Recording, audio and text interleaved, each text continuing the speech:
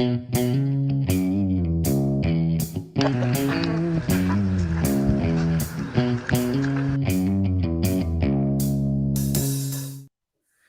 right, welcome back to the Survival and Basic Badass Podcast, Kevin and Chuck. Move your mic up a hair. The yeah, that's good. The I have to start recording. It turns out. Yeah. All right. Eventually, we're together. All right. So, hunting, fishing. It's just not going to work in the apocalypse. Any type of real shit hits the fan kind of situation, it turns out that's everyone's kind of go-to backup plan. Yeah, And even if you haven't given it any thought, it's gonna be your thought because how yeah, I else do you can't tell get you how food? many people said that, oh, if things go bad, I know how to hunt. Yeah, a lot of people know how to hunt. And a lot of people don't know how to hunt, but also have a gun. And there's not going to be any seasons. There's not going to be any sort of, you know, time to repopulate. There's nothing like that. People are just going to shoot whatever they see, whether it's a 8 pointer or a 2 pointer. They're going to shoot anything that they can eat. Yeah, I And mean, honestly, even little babies are, mhm, worth taking when your babies are starving. right, right.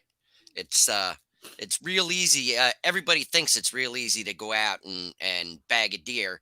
And the truth of the matter is if you dump a bunch of corn in your backyard and sit around and wait, eventually you might get something. But it's not going to be like hunting is now with with everybody doing the appropriate thing and hunting at the right time with their tags and all that sort of stuff. It's not going to be the same thing. Right. And that's the thing, like people end up having to go farther and farther into the woods or different things to, end up find things. But I would say if that is your best play, the trick would be uh to start with the things that, I mean, obviously you take any deer or anything you can get, but don't be too critical where, hey, I'll shoot that raccoon. Hey, I'll shoot that squirrel. Hey, Hmm. I'm gonna start with squirrels. Squirrels are gonna be around for a little bit, Yep. a week or two longer, right? Hmm. Um, Rabbits, they do reproduce on the regular, so they might be a good go-to. Uh-huh. Uh-huh. There's a Um, lot of smaller game that you might hunt with 22, but ultimately ultimately you're going to run out of opportunities. yeah, Everybody around you in your whole area is going to be out doing the same thing you're doing. So you got to be conscientious that that might not be a viable option if things really go downhill. exactly. So, anyway, I wanted to talk about some alternatives, things that we could be doing to, you know, to go and successfully feed our families, right? That's a big part of being prepared and what we're all looking for. Um, the uh, the bottom line is you need to think about farming, gardening, right? Um, Right. these are the kind of things you can implement early. You need to start setting up fencing and setting up fields, learning about your soil, learning about how to get things to grow because it's different everywhere and for everybody. We've talked in the past, it's not as easy as throwing some seeds on the ground. Now, some things do, some things take, but Hmm. Some other things are things that don't. easy. Yeah. But and hey, maybe the upside to the deer being over harvested and the rabbits being over harvested is maybe they'll leave your plants and things you're growing alone a little bit. So Yeah. that Now that'll all I be an got to do upside. is come up with some recipes for woodchuck. Uh, Oh, that doesn't sound good. I I've have heard heard people say it was good, but I'll never know.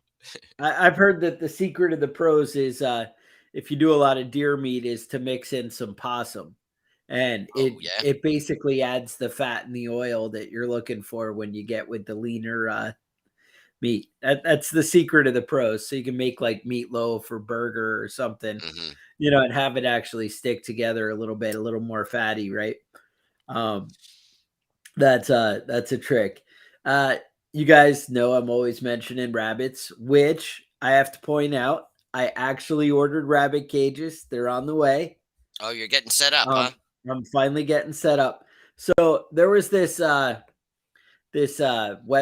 or YouTube video I kept seeing, and it was I think Tealstone Rabbit Hutches or whatever. It was a girl's farm, and she made this channel, but she had a good setup, and so basically this is what I plan to do. Is it ended up being like a bunch of cages, um, a bunch of double cages, but no joke, all the rabbit cages to have I believe 8 separate cages. There it's 2 giant ones connected, but to have Hmm. 8 doors, it was something like $560 shipped. I was like, "Damn, that's a lot of money."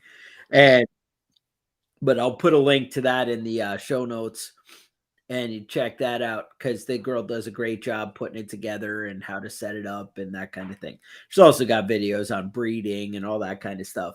So rabbits are awesome. Bigger farm animals are a little bit scarier step, but might be worth a look. Is something like sheep or cattle. Yeah. Um, that Yeah. I have a friend definitely that is more of a commitment. I have a friend that raises chickens for meat chickens, Mhm. and he just started doing sheep. And the trick is you have to breed the sheep. You can't just buy a little sheep and then wait till it's full grown and slaughter it. You have to be making the sheep yourself. You know. Yeah, that's the whole thing, and the same thing really with the cattle, and I mean they have somebody come over and inseminate the Hmm. cattle, but and that's the thing, like, yeah, it can happen naturally, but again, that's a skill and people, and I think you and the wife might not be able to pull that off easily, breeding your own cattle, something Hmm. like that. It's something you really gotta get involved. Now, obviously, if you make a commitment, we can learn any skill, we can make things happen, but Hmm. that's going to be involved. um Yeah. One thing I would recommend against is goats. Goats are great for milk and cheese and all sorts of different stuff. Um, but they're smart. You know what I mean? And butchering a goat, you have to make friends with it before it'll let you get close enough to do it, and then it just makes you feel like a terrible, terrible all person. right, so if you have a soul, Yeah. then goats might be tough. um there's another thing that we haven't talked about a lot lately, and I probably should do an episode on this, but aquaponics. Hmm. Right. Aquaponics is pretty awesome. So it's like a whole circle of life where basically you have fish in the water. They produce nitrogen and crap like that. Um, and they contaminate and ammonia, and they contaminate the water. But then they cycle that through your the soil. You're basically using the dirty fish water to water your plants.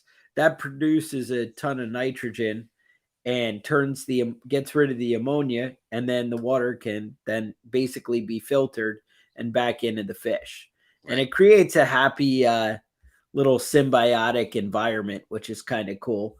And it it really gets huge yields, and you don't have to worry about like fertilizer and that kind of thing, because basically the fish are creating the fertilizer. Um, and obviously, you get the double benefit of having a continuous fish supply, as well Hmm. as having you Right. know, Right. plants Now, that are growing. it Yeah, can be tricky to set it up though. I It do is have. it is Yeah. possible to kill everything all at once. You know what I mean? Mm. If one little mistake will wipe out the whole system, so you have to be very conscientious about how you're setting that up. Right. Well, I think that's why we do these episodes, because that's the thing, is this is something that you want to learn while you have the internet, and while you have, access to YouTube, and you're not in a desperate situation where if you fail, things Yeah, then you starve. don't go horribly wrong. Right. Exactly. We can say, oh, you know what? No problem. I can go get some lettuce from my neighbor, or I got the other garden still growing, or I don't need fish. I can go to the fish market or whatever. That kind of thing works out. Um, Right. I do have some resources for that. If anybody wanted to email us at preppingbadass@gmail.com, I'd be happy to send you a link for the aquaponic stuff. I actually have a pretty good guide to raising rabbits too, if you were interested. But So then the other option, we talked about is chickens. Now, Hmm. I am building a new chicken coop as we speak.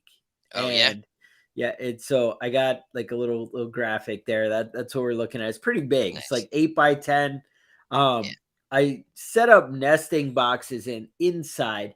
Always in the past, I'd done nesting boxes that go outside the coop, and I end up getting rainwater and just crap. And I've always done like smaller ones where I'm like ducking under a roof and then right. lifting a hatch, and it's just been a pain in the ass. So this thing's like 8 foot tall and full on whatever. And I'm Yeah, gonna end up cleaning out yeah those chicken coops is never fun, but if you can actually have a chicken moving coop it. that you can actually stand up in and walk around in, it makes things a lot easier. Right. Now, in the past, yeah, I've always had like, ridiculous little things that, don't work.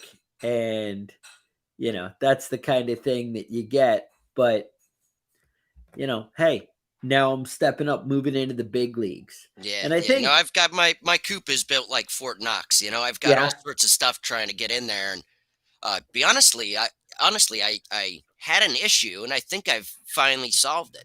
Um, what's that? so we had an osprey that's been swooping down and getting my ducks. All right. You know, and you can't shoot them. It's a big fine to shoot any bird of prey in the United States. It's a you know just having a feather can get you into some serious trouble. Um, so I talked to the missus, and she used her voodoo witchcraft and got something figured out. So there's no predator. Ospreys have no predator, um, but the only thing that will fight the ospreys are crows. They'll gang up on them and chase them out. So she somehow used her witchcraft that I don't believe in. But now there is a murder of crows that live in the woods behind my house, and anytime that osprey comes by, they go after him.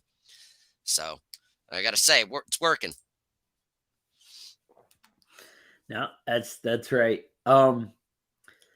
So aquaponics. Now, another thought for food source would be bees. Right, Now, right. bees are again one of those kind of scary, like, I don't know, do I want to deal with that? The thing is, too, it's not that, oh, I'm afraid of bees or even afraid of bees, whatever, but it's also they're super easy to kill. Um, Yeah, you can, yeah. put a lot of effort and a lot of money and things go bad. Again, back to, these are the things you want to research beforehand. um, Hmm. I do have a great book on that I would be happy to maybe put in the links and see if I can get you in the right direction on that. That's not a PDF. I can't send you that, but Right. um, I can put a link in the show notes here. I'll see if I can get that worked out Yeah, we do have a podcast a while back all on about bees. bees. Yeah, Yeah, but they are, like you said, they are really tricky. Like they're easy to kill. Especially if you live in a colder climate, you might have to get new bees every summer if you want to keep it going, because sometimes the cold just wipes them out. If you don't prep that hive really well, yeah. you're gonna have issues. And that's what it comes down to is learning it all beforehand, before it's a stressful situation, Right. before things. Now, you were telling me in the Great Depression, everybody turned to hunting. How'd that play out? Yeah, it didn't work out well. They said that if you talk to your great grandfather, you got a chance to talk to him before he turned 180 years old. You might have heard him tell stories about that, about just seeing deer tracks was a novelty. You'd call the family over to come over and take a look at the deer tracks you found, because they're so sparse. There's so few of them. Everybody turned to hunting when the grocery stores ran out of food and everybody lost their jobs and ran out of money. You still have to eat, and that was really a situation where people overhunted the whitetail uh, in the United States, and there was a serious decline in deer populations. Yeah, no, that's awesome. it it is amazing how much change and how much effect, people don't realize when we're not going out and getting these things, that, you know, how the population changes. You always think, oh, I drive down the road and I can hit three with my car on the way home. Yeah, And then as soon as everybody starts turning to them, to eat and deer, it's a big thing. The right. One of the guys mentioned mini goats Hmm. were an option, Daniel, and they also you might want to think about how tasty goats are. They Just are, say, personally, I that's my favorite, I gotta my say, it favorite meat. is like the softer meat, Uh-huh. where you're like, ooh, that's kind of nice. It's Yeah. not like tough usually. It's not, a headache. Um, Also, obviously, trade and barter. Are you going to Hmm. have things that maybe other people could be doing the work for you, Right, right? right. They could go out and put the effort in. Yeah, and if you have a big piece of property, goats are really easy to raise. If you have a smaller piece of property, Exactly. not so much, not so much.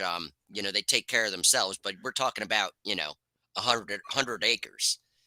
Your 3 acre homestead might not have enough room for goats. You might have to like pen them in and supply the food for them.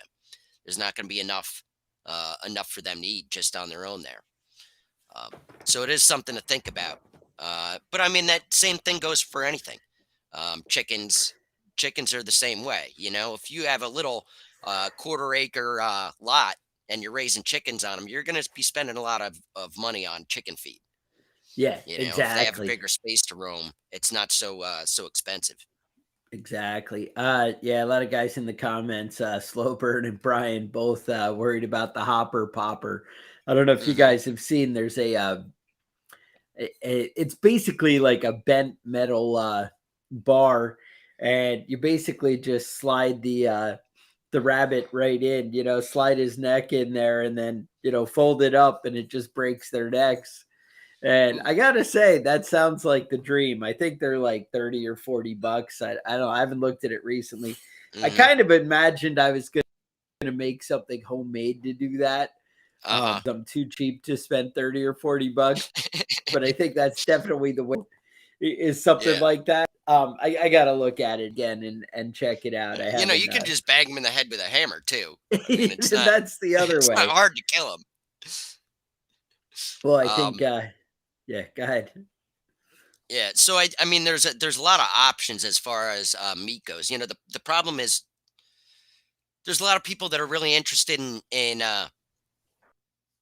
raising meat, but not so interested in actually butchering the meat, and that's the big difference. You know what I mean? Right, It's one thing to raise chickens for eggs and be happy with it, and you know just go with that. But at a certain point with some of the livestock, you gotta take them out and you gotta butcher them because anybody that hunts knows that cutting up an animal and harvesting the meat is not it's a skill. It's something that you have to practice at before you can really get everything.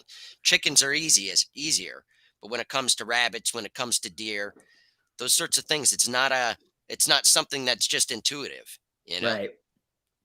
Well, I mean, definitely, you need to check out like a good book on butchering and that kind of thing and have stuff on hand.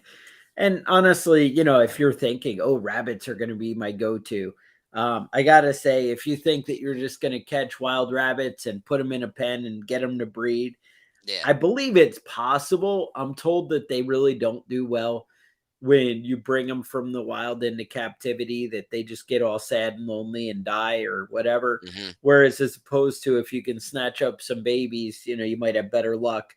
But Right. again, there's tricks. I'm sure somebody who knows better. I've always been told it doesn't really work trying to do wild rabbits and then getting them to breed.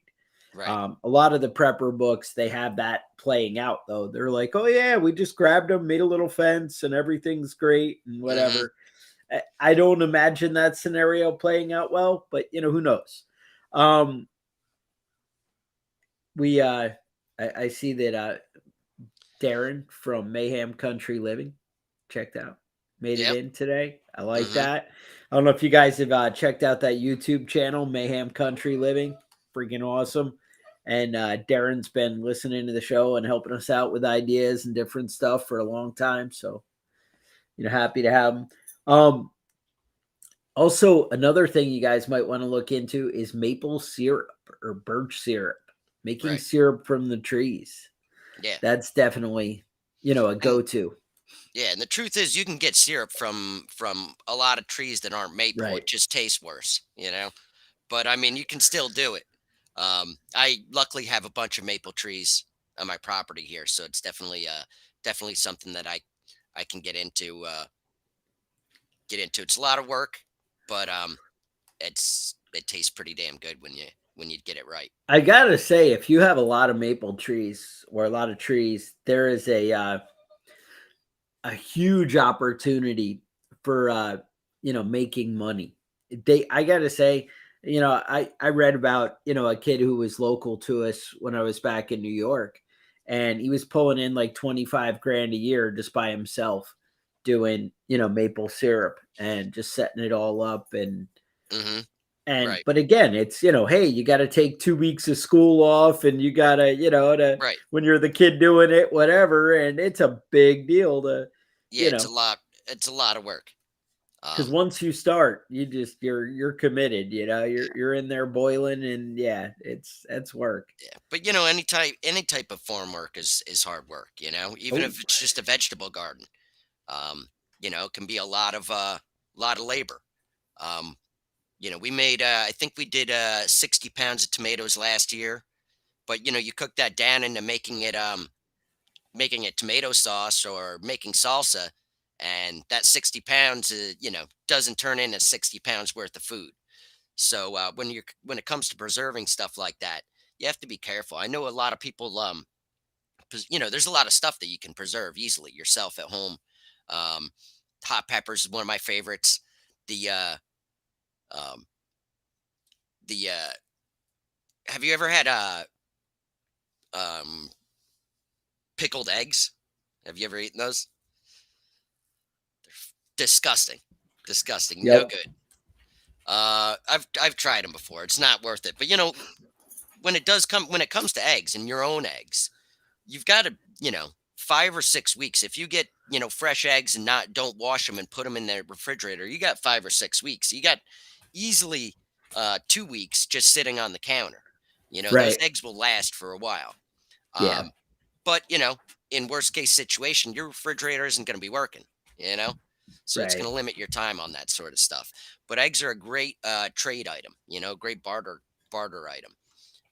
Especially if you have 5 or 6 chickens, that's going to be more than enough for what you would need, as far yeah. as supplementing your diet. Um, Now let's talk about canned meat for a minute, Tell because me about canned meat. that is something you should be paying attention to if you're a prepper and you're looking to have some preserved food. So you've got chicken, tuna, spam, corned beef hash is one of my favorites, even though it's a lot of potatoes in there. And I guess there's canned oysters and clams. I don't know how that tastes, and I don't think I ever will, because that sounds disgusting. But Uh, you're missing I'm not out. gonna buy it. It's not gonna be on my shelf. It's not Yeah, gonna be one of my pickup items when I go to the store to stick in the cabinet. Um, but you've got 2 to 5 years on canned meat like that, canned chicken, canned tuna. You got 2 to 5 years, but also you really have kind of forever. They'll last forever as long as the can is in good shape. It's not dented. It's not rusting. You keep those right. things in a you know relatively dry area up off the ground, and you've got a while with that canned meat. You've got years.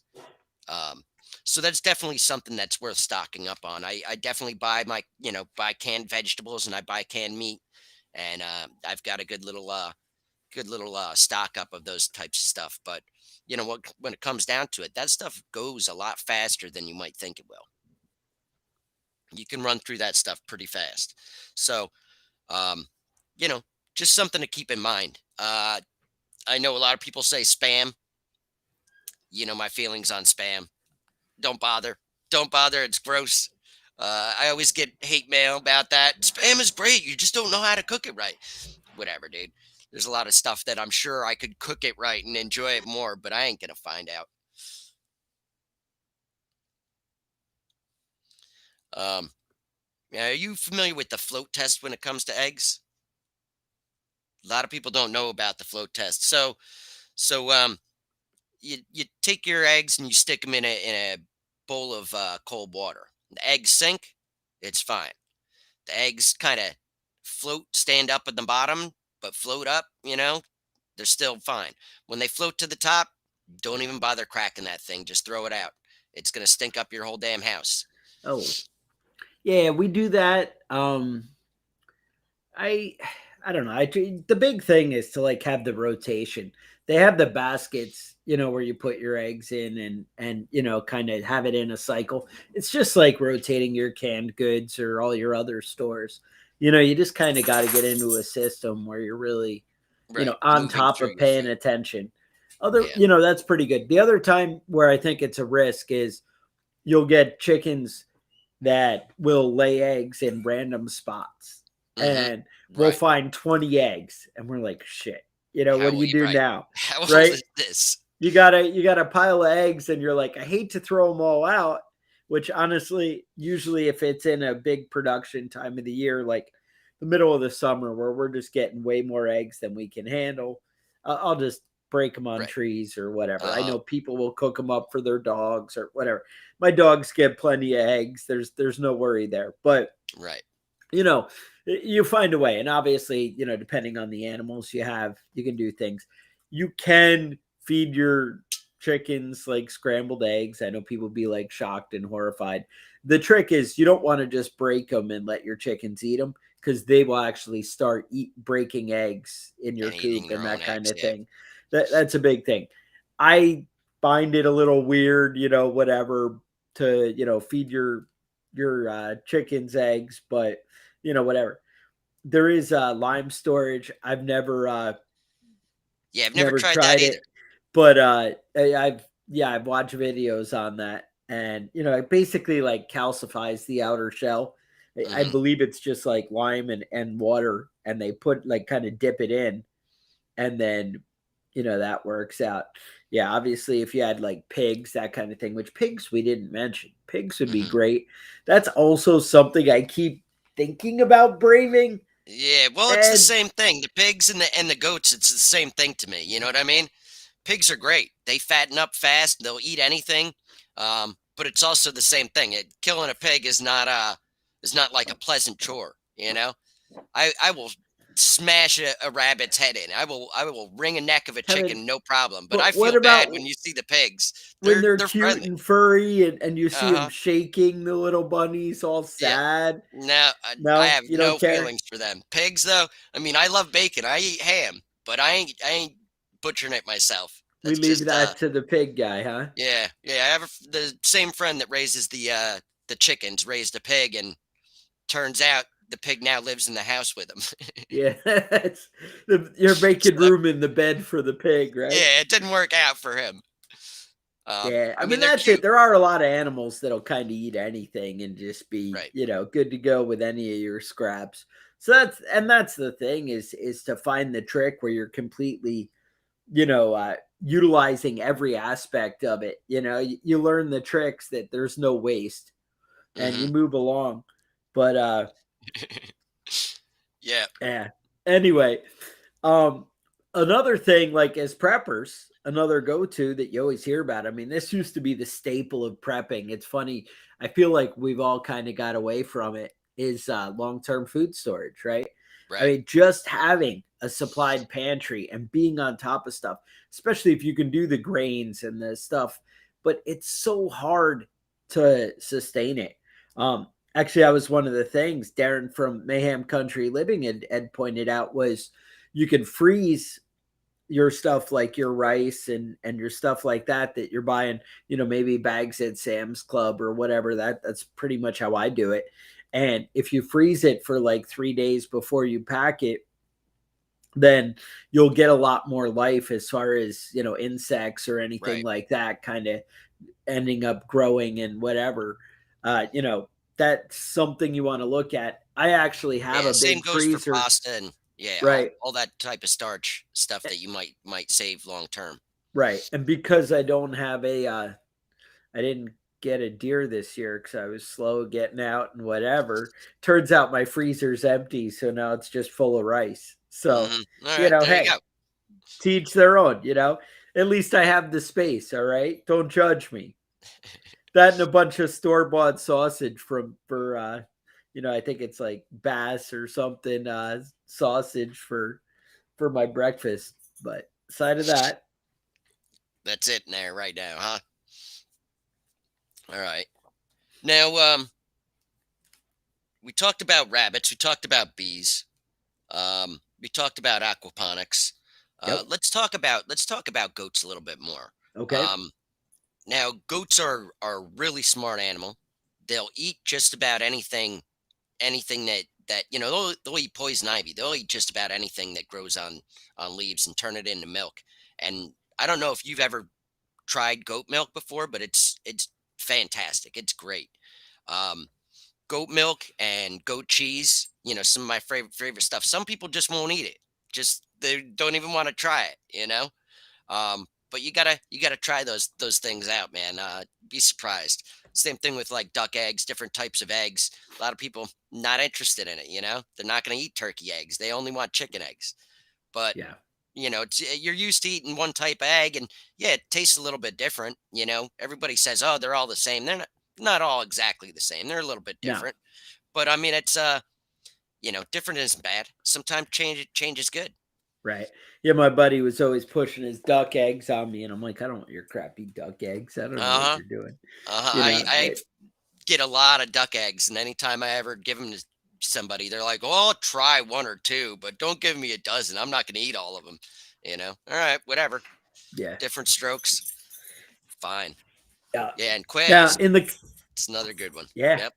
quail, I gotta say, I always was excited. Like I have a big yard. And I know there's some fox back there that I haven't gotten rid of, and early on, one fox was a problem for my chickens, and I took care of him. And his girlfriend's still hanging out there. So far, hasn't gotten into my chickens. He's Mm-hmm. always getting my neighbor's chickens, but I always see him on the trail cam moving through my yard. And Mm-hmm. they're like, "Why aren't you getting him?" And I'm like, "Because he hasn't been a problem." And it's not that. It's this guy will show up on the trail cam at 2 in the morning on a Thursday, and then the next week on Tuesday he might show up at Right. 3 in the afternoon. And I'm like, dude, He's I'm not not going to just sit there forever when he's not freaking, right. he's He's not not on coming the through every. regular routine. Yeah, especially if he's not eating your chickens. It's not too big of a problem. Right. I don't But want to get home at 10:30 at night and then gotta go hit the stand. yeah. Like I do, and maybe that's why I didn't get the deer this year. That Mm-hmm. could be something to it. Yeah. But Not going out and looking for yeah, deer. it turns out you gotta do stuff. You Um actually have to hunt to get anything from hunting. but actually what got me on the fox was, you'd mentioned quail, but there is a lot of game birds that reproduce like freaking crazy. Mm-hmm. A lot of the ones I look at that Murray McMurray hatchery. It's where I get my chickens. They Mm-hmm. do packages of the game birds, and if I remember right, they're like 250 to $400. They're but it's a lot. Right. But they reproduce ridiculously quick. It's like 20 or 30 babies every 3 or 4 weeks. I mean, it's like insane the That's a volume lot. you Yeah. get from the game birds. So you could really fill your woods if you had like I do. I have like a bunch of acres, and I say a bunch. It's all relative. If you live in town on a quarter-acre lot, my 14 acres is a lot, Right. but to a lot of farmers, 14 acres is a joke. It's like, oh Yeah. yeah, you don't have That any ain't shit. land. You're not a farmer. So, it's Mm-hmm. all relative. It's where you're standing, right? But letting those guys go in my woods, they're honestly pretty sustainable, even with a fox and predators out there, because they're reproducing so fast. So an investment like that, it could really help. The wife and I are kind of back and forth on that because we're not sure of how much damage they'll do to other things. Right. As far as Right. eating crops and things like that, or berries, we have a lot of wild grapes and things like that going.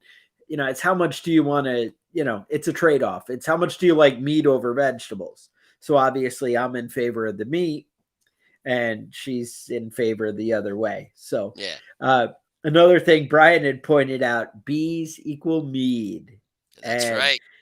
having both sugar and, as we point out, alcohol, that's a big thing. Yeah.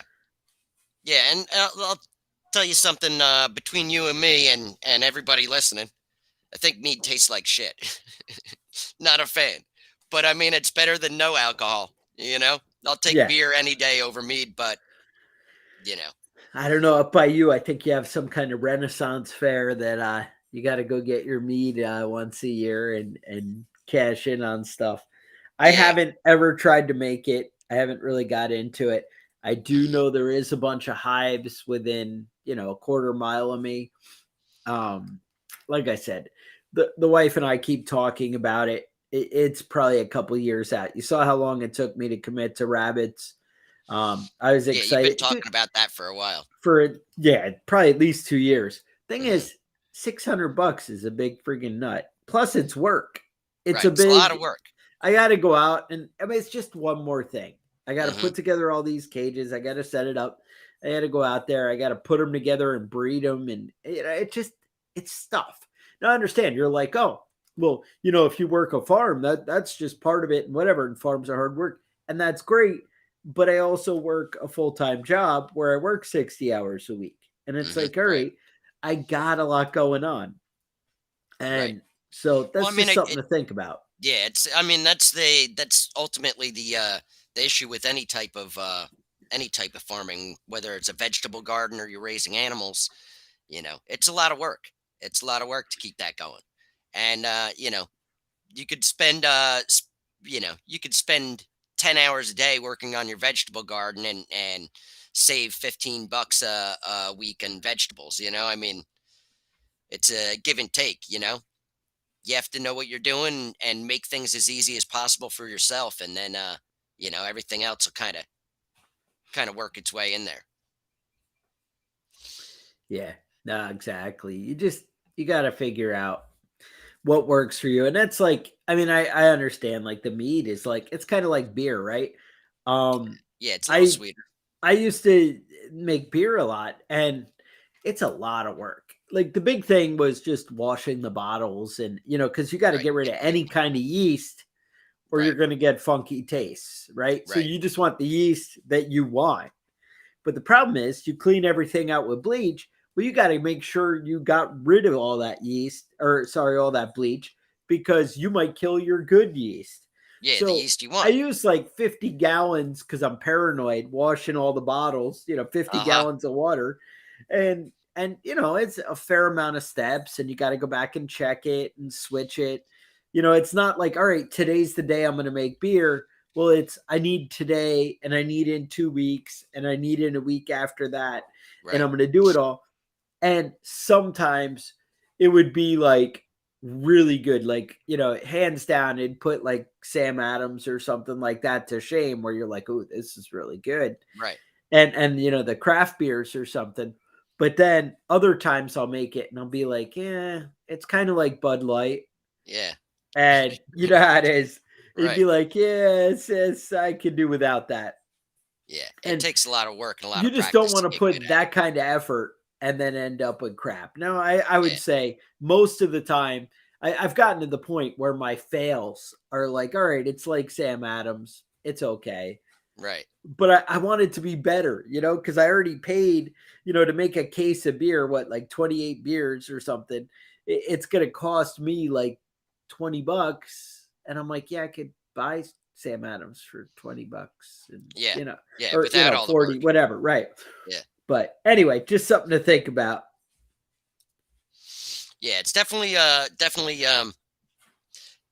it's definitely a tricky thing. It's a balancing act, you know what I mean? As far as the money you're investing and the return you get, a lot of the time, some of this Farm stuff is not really financially, you know, that much for your labor. But it is something to have in your back pocket. It's something to it's a skill that's valuable, and over time you can get better at it. You make mistakes and you make mistakes and you make mistakes and then you get it right.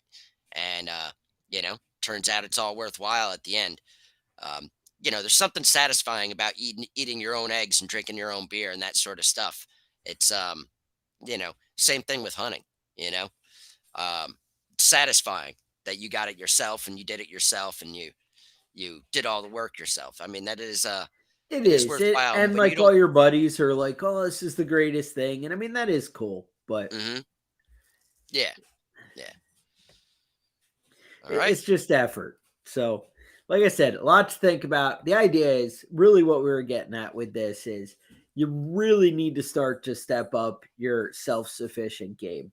You need to figure out how to completely sustain your own stuff. Um, we've been talking a lot lately about inflation and the economy and things going on. It sure looks like, war with China kind of what I don't even know what that means. It could be like, oh yeah, you guys have Taiwan, we don't really care, but our Right. government will throw a bunch of money at crap. Or Right. it could be something even worse where China's messing with us with cyber warfare kind of thing of, hacking our power grid or who knows, right? Yeah, it's definitely something that they're interested in. Right. I mean, I'm not saying war and it's going to be bad because it could be, but it probably won't be. It's one of those things. The world, nothing ever changes. Is kind of how it really feels. Right. And when we fight our wars as Americans, it's always kind of far away and removed. China definitely could step it up and change that. We could be like Russia. Did you see over the weekend? Or over the week they bombed one of their own cities. Did you see Yeah. that? Yeah, I Yeah. saw that explosion. I don't know what kind of bomb that was, but it looked like a bunker buster the way it Yeah. went down. I Seemed like it went under the ground and then blew everything up. That's crazy, right? How Yeah. powerful everything is. It's amazing. But I got to say that's something you might want to that's something America would do. We'd be Mhm. like, "Oh, we're on our way to China. Wait, Cleveland. Let me drop it here." Yeah. That's our kind of play. So, I'm just saying you might want to learn to take care of yourself a little bit cuz the government might be distracted with their own nonsense and not as able to help you. And honestly, something like you yeah, Venezuela, something like that where inflation kind of gets out of hand and you got to take care of yourself. Having all these self-sufficient ways to feed your family and things that you can implement easily, being prepared, having the supplies you need really could be the game changer. And as you know, like if you have something like, oh, we're breeding chickens and we're doing really well on a large scale, you could be trading meat chickens as a barter item if you had, that kind of volume. Same thing. I mean, that's why rabbits excite me is man, I could take care of everybody in my neighborhood with rabbits and Mhm. I could even set them up breeding their own.